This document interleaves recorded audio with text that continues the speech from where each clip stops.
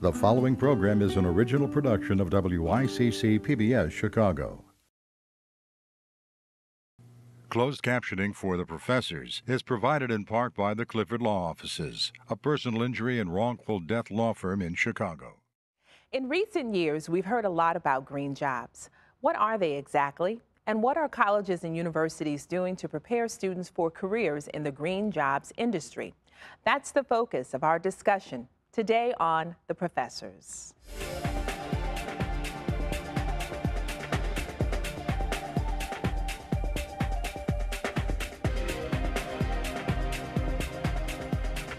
Joining us today to talk about the green job industry and how colleges are preparing students for careers are Rashid Carter, professor at Harold Washington College; Nick Panamitros, attorney and professor at Kennedy King, UIC, and Harper Colleges; Daryl Reynolds, professor of business at Trinity International University; and Ted Williams, professor at Kennedy King College. What's a green job, Rashid? A green job is a job in an area where production processes are geared towards conserving natural resources or benefiting the environment in some way. And so that can be in industries that are built specifically around green type of initiatives, or it could be in going to companies that are not based on green initiatives and helping them do the same thing, conserve natural resources and provide environmental benefit through their production processes. Is this a real industry? Or is this a trend?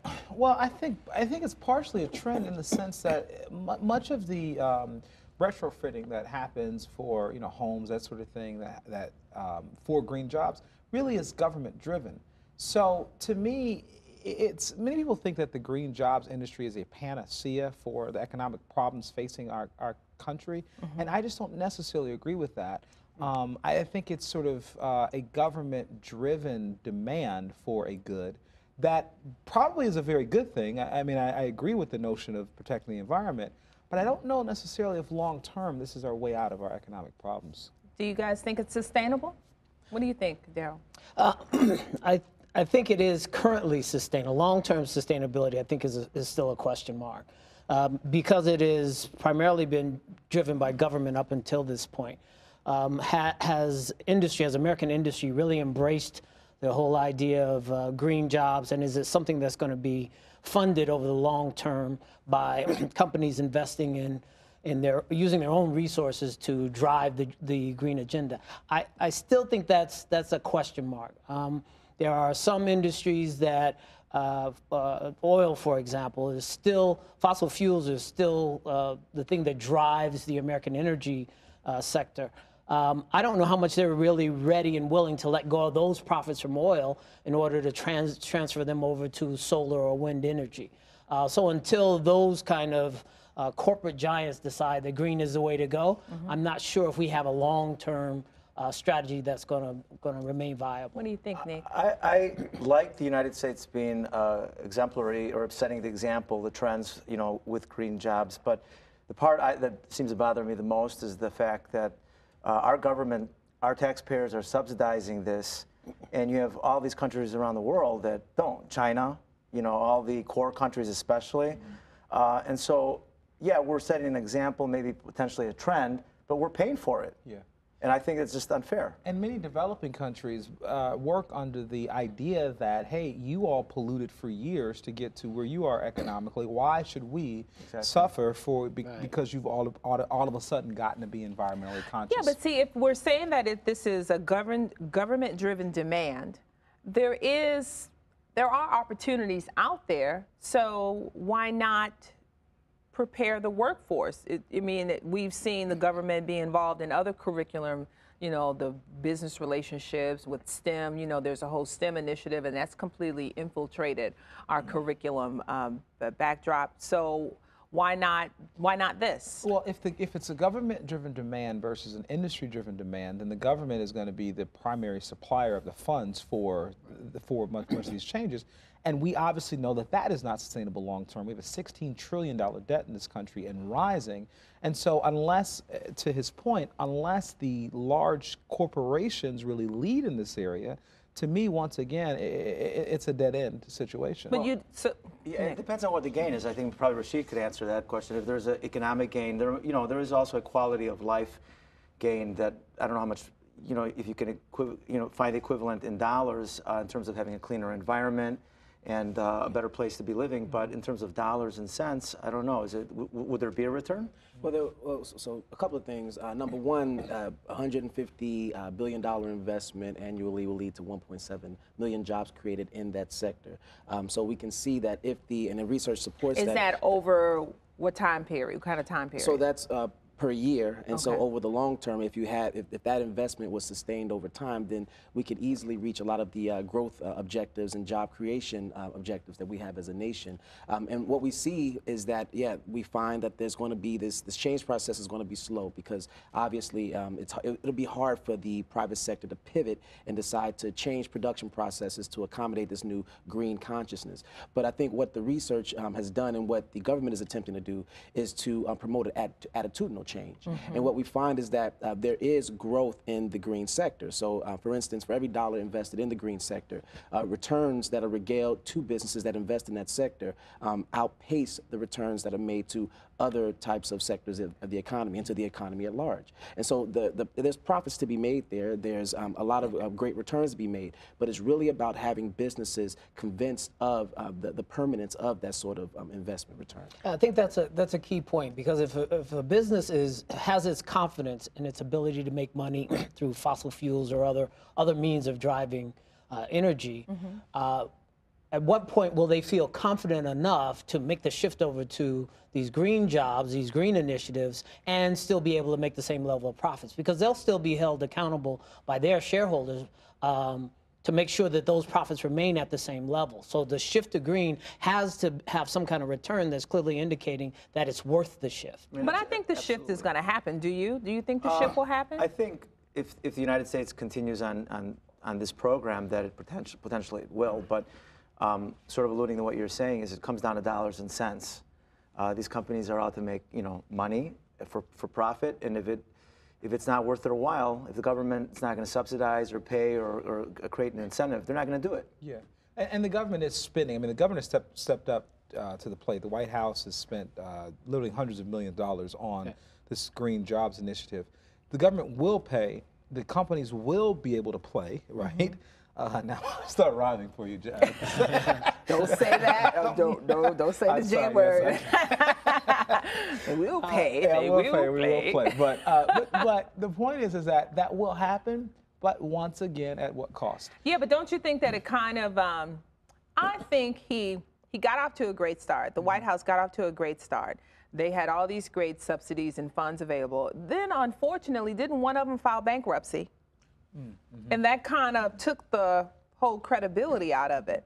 But go ahead. Speaking of credibility, so I hate to bring this up. I mean, this is a bit of an elephant in the room that we don't necessarily talk about in academic circles a lot, because there really, I think, is a sort of ideological agreement on this in academic circles, but not everyone in the world believes that that the environment is falling apart and that global warming is happening. Now listen, let me say this. Let me say this.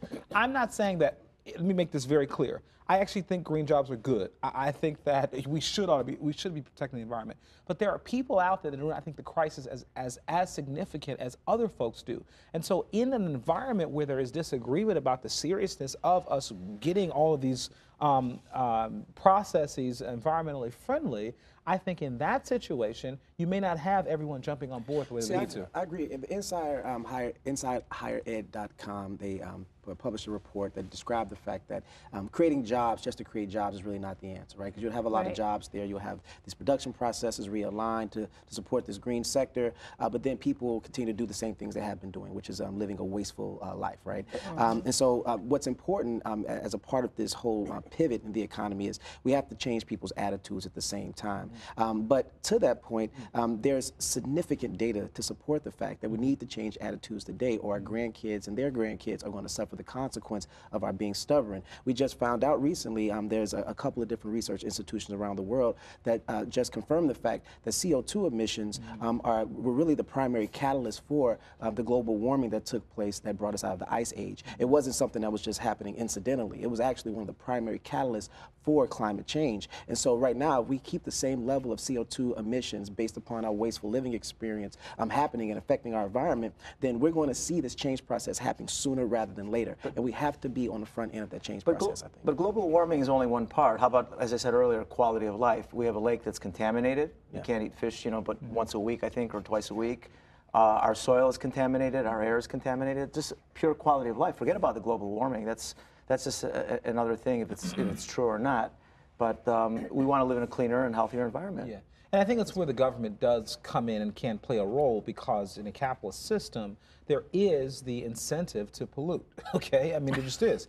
There's an incentive to profit-driven. You're a business professor. You understand that at the end of the day, companies there's a bottom line. Now, obviously, it'd be nice to do it in a way that's environmentally sustainable, et cetera. But unless the marketplace, not just the government, but unless the marketplace can provide them incentives for being green companies, then once again, we're going to have a challenge. Well, once upon a time, it wasn't feasible.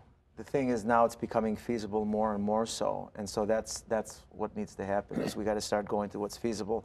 100 years ago, there were no ways to remove heavy metal from certain compounds that were being made. You needed to cool it in the lake, and this was important for industrialization, to get mankind moving forward, but it was at the cost of Lake Michigan.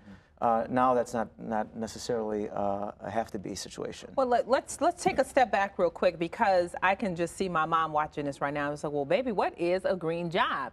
What are some ideas of some green jobs? And because I have a very important question when it comes to the curriculum. Rashid. 6 figures or more. Well, in some communities.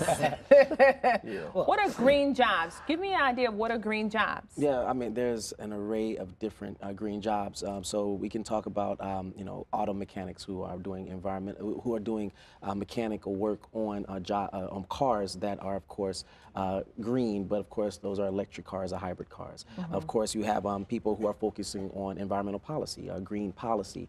You have law professors, you have legal studies that now focus on green areas that specialize in what we used to call environmentalism or environmental law, right? It's now green law.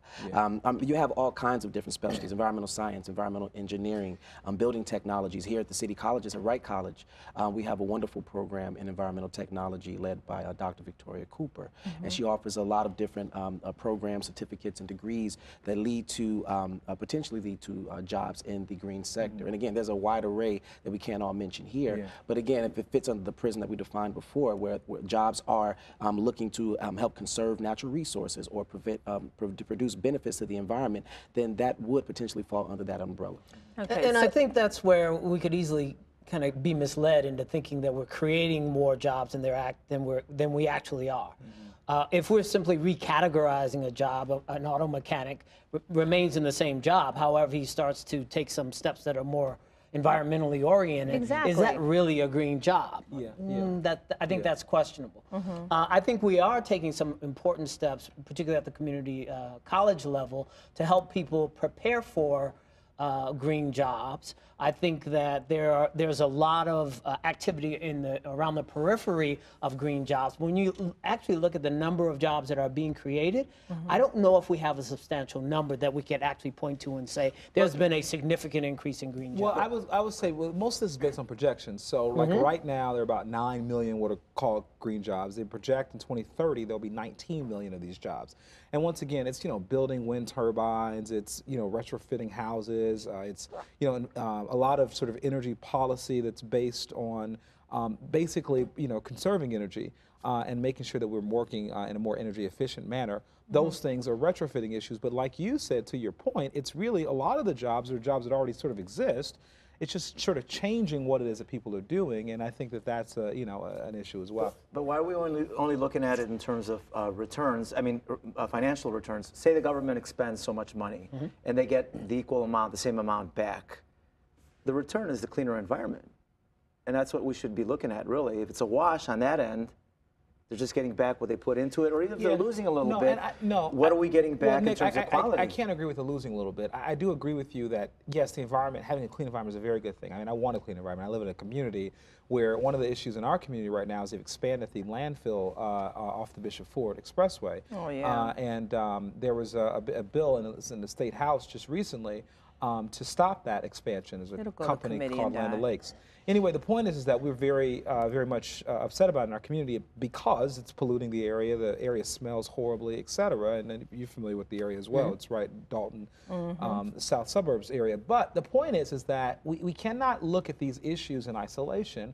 Once again, back to the financial economic issues for the government, we have real challenges financially. And so if we're losing money, we've got to make sure we don't have the money to lose, first of all, financially with $16 trillion in debt. But if the issue is jobs, and let's talk about it, if the issue is financial or cleaner environment, but we have to be able to separate, and I do think we have to be fiscally responsible in this as well. I want to say one thing. There might be gains also, and Rashid, I don't know if there's statistics on this. You might also be saving exposure to harmful chemicals. Yeah. Polluted air means more hospital costs, more costs to so positives Medicare. on health. Sure, and I agree with that. Right, there are other returns. There are some other returns that perhaps we don't know And about. I agree with you. I just think that we can't pull the economic side out. We don't. The government, once again, you know, the government's chief job is not to create jobs. And yet we live in an environment in which the government sort of creates and generates demand, and that is not necessarily a model for economic sustainability. Yeah, right. I don't think that's sustainable at all. Given the amount of money that the government's had to borrow just to keep things running over recent years, I can't see how that engine will continue to drive the economy forward. I think that's a short-term solution. Yeah, but where lies the responsibility of the ivory tower, the social responsibility of the ivory tower? It's not just I mean, do you understand what I'm saying? We can't have it both ways. You know, first we want to say it's not the government's responsibility to do such and such, but now we're at the table saying, well, the government needs to do this, the government needs to do that. What I want to know is about if we understand that there are some compelling arguments out here that says that things are really going to hell in a handbasket. We cannot keep doing things the same way we're doing them. So you're right, there are certain programs where they're actually, for lack of a better word, they're greening. You know, they're greening, you know, what does it mean to be a socially responsible or, auto mechanic? What does it mean to take on different studies of our environmental policy? Is it not the ivory tower, our responsibility to make sure that those discussions are added into the curriculum so that the students are ready and they can position themselves to be at the table, to be the subject experts, as opposed to now being stuck in conversations that we have on other issues where we have a bunch of policy heads who have no sense of I pull that back, not relevancy, but suffer from cognitive dissonance. And then now we're right back where we started, where we get these policies that are just kind of like just rolling over in mud. Yeah, I don't necessarily agree with my colleagues here in saying that the government doesn't play an important role. And I think that what we've seen over in the most recent vintage of the modern economy is that the government absolutely plays a critical role playing an important in job role because creation. it's all over STEM. It's sustained economies. I can give you statistics if you want them, but I think we all pretty much know that the government has been a very important conduit to the success and living standards of citizens in our country. The problem nowadays is that you have a political culture that exists in isolation and is disconnected from the best interests of its citizens. And so it's not a matter of should the government spend money, it's how the government spends money. So if it wants to spend money on a company like Solyndra, for instance, is it actually spending money to reinvigorate a local economy? Is it spending money to actually increase the living standards of citizens? Or is that money going to fall into the pockets of a few individuals who are going to be richer than they were the day before? I mean, that's really the issue here, how we spend money and then how we make these decisions based upon leadership. But look how the government's doing it. It's almost parent-child with corporate America. We're using positive reinforcement here by creating incentive, by saying, hey, we're going to give you money, as opposed to they could easily set guidelines and say, you know what, if there's so many emissions, so much emission of this, or in this industry, if you exceed this level of, smoke or whatever it is that you're doing, then we're going to fine you or do whatever. But what happens if you do it the negative way? Same thing with our kids. They leave. Yeah. But what they won't tolerate it. But what I'm talking about is, gentlemen, is the social responsibility of higher education to create these curriculum, to create the curriculum in order to cultivate the mind growth, for lack of the intellectual knowledge, in order to begin to have these conversations on a much different level. I'm not talking about that. Sure. What I'm talking about is that sometimes the change is not going to come from government. The change is going to come from the people. And that's happening. And that's what I think was going to happen with the green jobs movement. Now, will these be green jobs that issue out a six-figure salary? Probably not. It would be nice if they did, but we also seen that happen where everyone was going to school to be a social worker. Then they watered down the salary of a social worker, so then no one else wanted to be a social worker, and now we got mayhem running through the streets. And I'm like, well, had you not messed up the curriculum and defunded or devalued what it meant to be a social worker, I mean, there are examples out there where there is a public need. The higher education had played a very important role in it. So what I'm wondering is that I don't want us to sit back and say, ain't that a shame, when we should have been saying, hey, look what we've done. We've prevented this. Yeah, that's what I'm talking about. I think there's two important components, and maybe we need to make a distinction between them. Okay. One is around the education in preparation for a green job. And should the colleges and universities across the country be playing a role in that? The answer to that is yes, they should be, emphatically. The second part of it is the jobs that are in the marketplace once you've gone through the education process on a green job or a green curriculum. Right, and you've gotten your certification. When you go out, what are the jobs that are available to you? And the point I was making was not that the government can't play a role. I think the government does have a role. The role they play, the role they play is limited and probably not sustainable over a long period of time. So if the government is the one that's providing, let me finish. Talking about a period of time. Let's be specific. A period of time. 10 years, 20 years, 30 years. I mean, anywhere you go. Let's 10 years, 20 years, 30 years. We could say 10. The Obama administration, they invested $12 billion in community colleges over 10 years. And so we can use 10 years. Yeah. And they are moving this. It's wonderful. I mean, there are community colleges all over the country. There's an example in Kalamazoo where they're preparing students to operate wind turbines. I mean, it's very good work, and it's happening.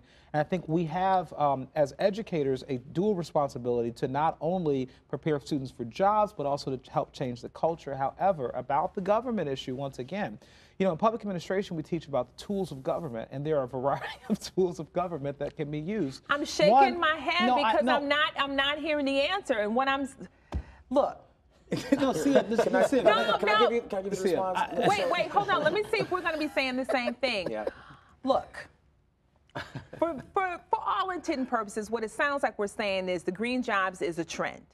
It's not going to be here long. It's not sustainable. Okay. It's only a trend because it needs government as a mechanism to open those doors. It's to be able to stand on its own economically. That's the point. Okay, you can train all the people you want, but it's not going to change unless government has. I'm going to talk to Rashid.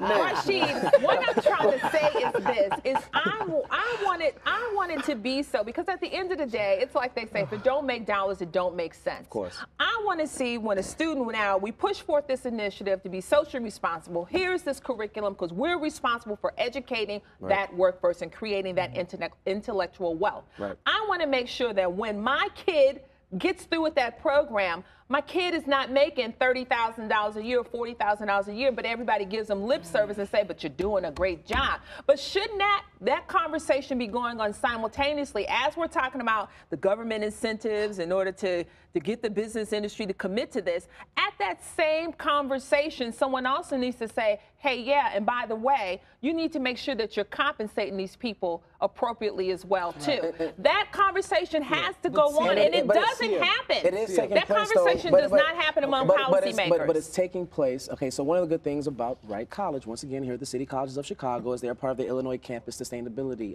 Pact. Okay. And compact. And so what they're doing is it's a twofold sort of Rashid initiative. and I That's right. Forget about it.